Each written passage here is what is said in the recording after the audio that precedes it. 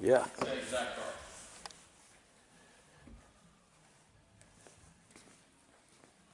Mike Shank, there's your Rolex car that won the Rolex in 2012.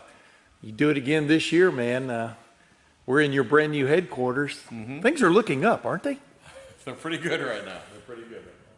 We're still working on this, a work in progress here. We'll get our Borg-Warner trophy from up there, and it'll sit right. That's the Rolex from this year, the Rolex trophy.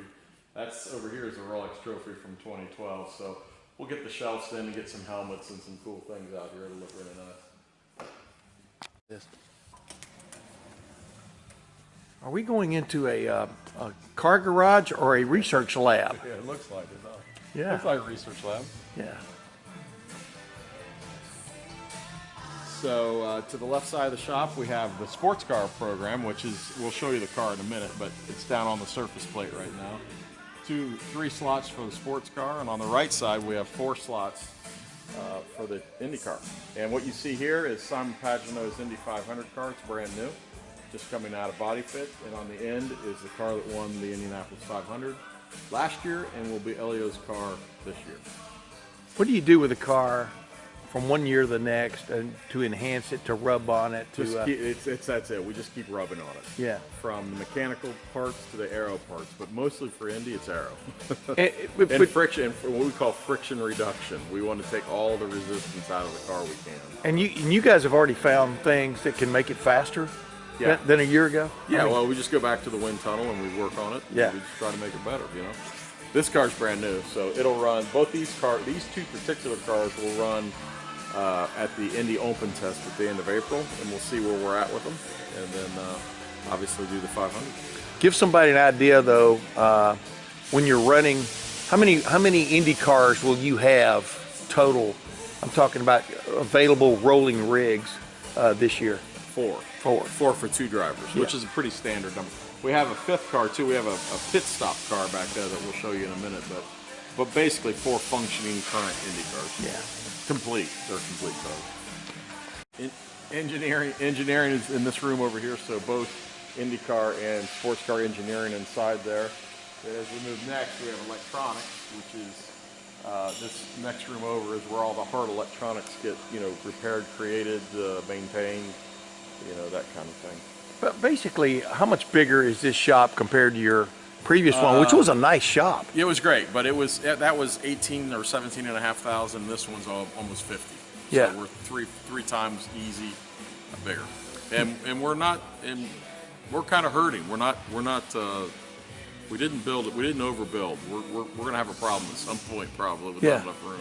So. Is it amazing to you, Mike, how far you've come and basically, you've been working on this for like decades, but how far you've come in like 3 or 4 years. I mean, and there's no, and how and why is mostly just timing, and it's the time that my wife and I decided to sell a chunk to Jim Meyer, and then when Jim Meyer and I decided to sell a chunk to Liberty, and all those things created this tornado effect of positivity and relationships and sponsors and partners, and it's just driven it kind of this way. Yeah.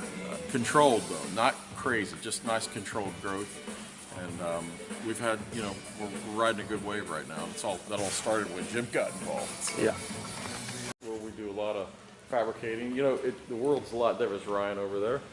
The world's a lot different than it was, say, when True Sports and Rahal first started, where they fabricated and built a lot of their own things. We don't have that opportunity anymore. Yeah. It's all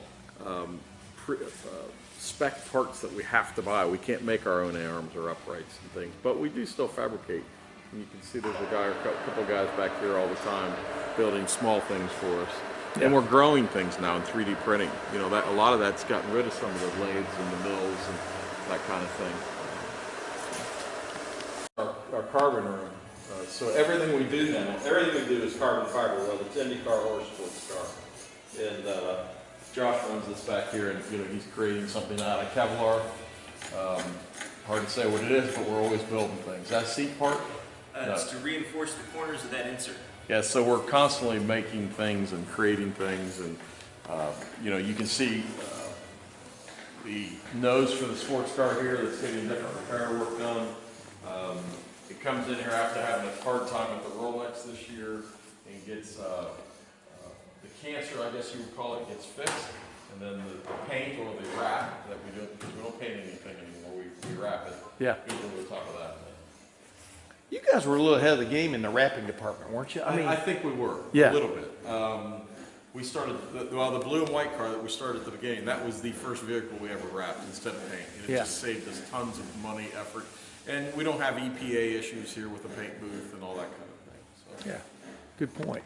See Andrew in there right now. And In the dirty room? This is a big downdraft booth, so it basically takes all the sand beans and sucks it into those filters and then comes out as clean air. So we try to keep the dust as down as we can.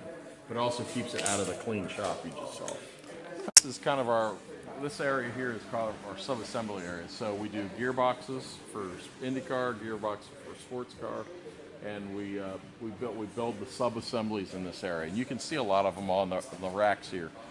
This is a complete back half for the prototype car, so it's a bell housing and gearbox and axles and A-arms. And there's one over there, the third one's being built over there. Wow. So we also put together all of our shock absorbers, our axles, our uprights, our brake calipers, brake rotors, everything gets assembled. All these we call sub-assemblies get built here. Can you explain to people, though, why it is so important to take a race car apart all the time and put it back together? I mean, you're looking for tolerances. I mean, maybe what are you looking for there from the standpoint of, race I cars guess, are, reliability? Yeah, you it's know? mostly reliability. I mean, we're always looking for certain things, but we bring them back here after they've been run, and we take them apart and we crack check them, and we check measurements, which they're doing with this is a car that won the Rolex 24 this year. We just got back from a test at Sebring this week, and they're going through and measuring and doing a lot of different things with the car right now to validate things on a surface plate, so a dead flat plate that we measure everything off of, chassis height, body height, all those kind of things. We also twist things on it, and there's lots of things you can do with the surface plate. So that car typically lives down in one of those bays when it's normal, but they're doing special work right now. It's in the spa right now, is what you're saying. A little bit, yeah. Yeah. Yeah, and you can see it's got stands to keep it high in the air while it's Yeah. up in the air. Yeah. And yeah. So after it gets done on the pad, it'll go back over to the bay and get split. So we'll take the back half off. I don't know if we're changing the motor or not. We may be. I don't know. But they get ready for the Sebring 12 hours in probably 2 or 3 weeks from now. This is our cleaning room. So when all those parts come apart, they all come in here and get washed and cleaned. You can see we have hot water and air on the reels that they can take things over there and clean them, and it gets drained down. And then also while we're in here, we have the MagnaFlux booth, so everything gets crack checked. Steel, aluminum, magnesium can all get crack checked there. Again, we contain the mess, the fumes, everything in this building, and make it nice for everybody. Over time, it's like over time you determine what you need in a race shop, right? And Yeah. is it always changing? Is it always It's evolving. Like 3D Yeah. printing, for instance. This is something that they didn't have back in the 80s and 90s. You didn't have to worry about where do you put a 3D printer. Well, now we do. And we adjust for technology, I guess, more than anything. Plus, we look at what people are doing with their shops and ideas and, how we can do things a little bit more efficient, and we kind of keep that all open, Yeah, yeah. Is there a standard? I mean, that a shop that everybody kind of like looks to? What are they adding next? I mean, is it the Well, I mean, everybody. the Andretti, the Penske Yeah, shop? they all have. The way I've done it is just take elements of all of those, because Yeah. they're all fantastic in their own way. But how does it see? Rahaal's building a new shop that looks ridiculous, But Yeah. we all have to live within our financial constraints, and this is the maximum that me and my wife and Jim could do right now. But we just take the best, and then we just try to make it most efficient we can, and also presentable. So Yeah. the main work area looks like it does all the time, and that's our goal. We just. Oh yeah. So this is where the trucks pull in. Now all of them are out on the road right. Actually, 3 are at St. Pete this weekend, so they're all gone, and then 1 is up at getting fixed, and we only have 1. So we have 5 rigs right now. Only 1's here, but this is what we do. You know, this is we try to keep everything inside so it's safe and secure and makes it easy for people to work. And this is that other car I was telling you about too. Oh yeah.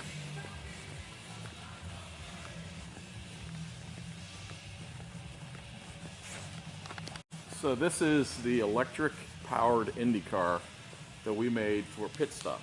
So it's got an electric motor in it, and during the week we practice a couple times a week. The IndyCar guys come out and do practice. It's the first time we've ever had anything like this, and it was an investment I made over the winter.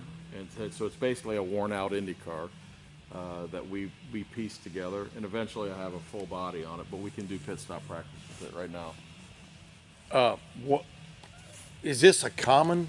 Everybody has one. Everybody has one now. I didn't realize that. Well, I mean, not everybody, but most everybody has some way of practicing pit stop. But I mean, I'm talking about the electric aspect of it. Yeah, I think. Yeah. That, most are because you don't want to run a motor. Yeah, yeah. You don't want to go to the power, putting some kind of powered motor in there either. So did y'all pilfer a motor out of a Tesla? Yeah, no, it's a basic generator and a battery. Yeah. Essentially. So you can see the electric motor down there and a battery that powers it, and it's got a charging station built into it. So. Wow.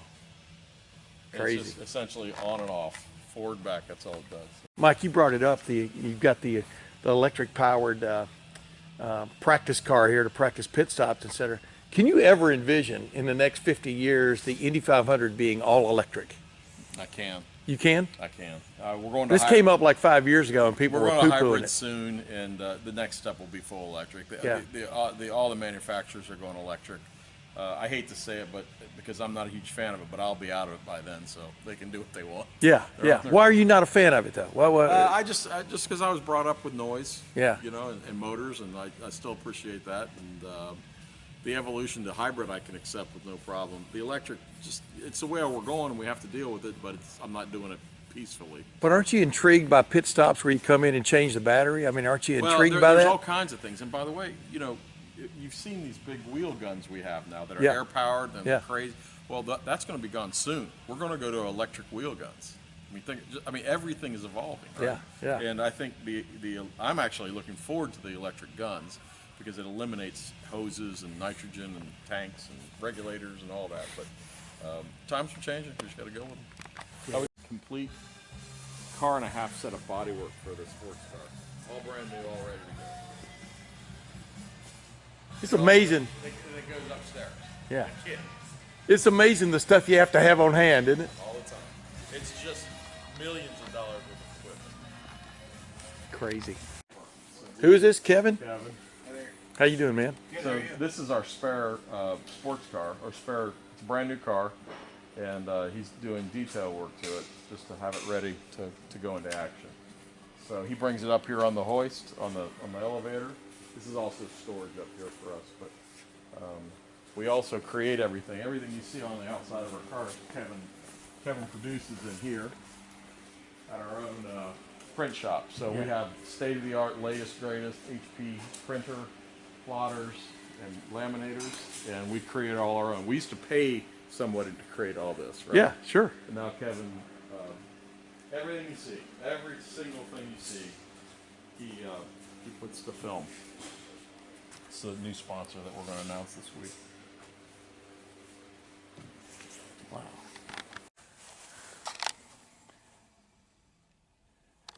Now we're in the conference room, Mike. This is where all the big decisions are made. A lot of deals been done in here, but we're just starting here. So again, we don't have any of the artwork up that we want, but just different things over the course of our lives that we've accumulated that are important to us, and have a nice place people can go and have meetings and do video conferencing, all kinds of stuff. Just think, if you've had just one sip of champagne from those bottles, just one sip, it's been you've had a lot of of champagne, huh?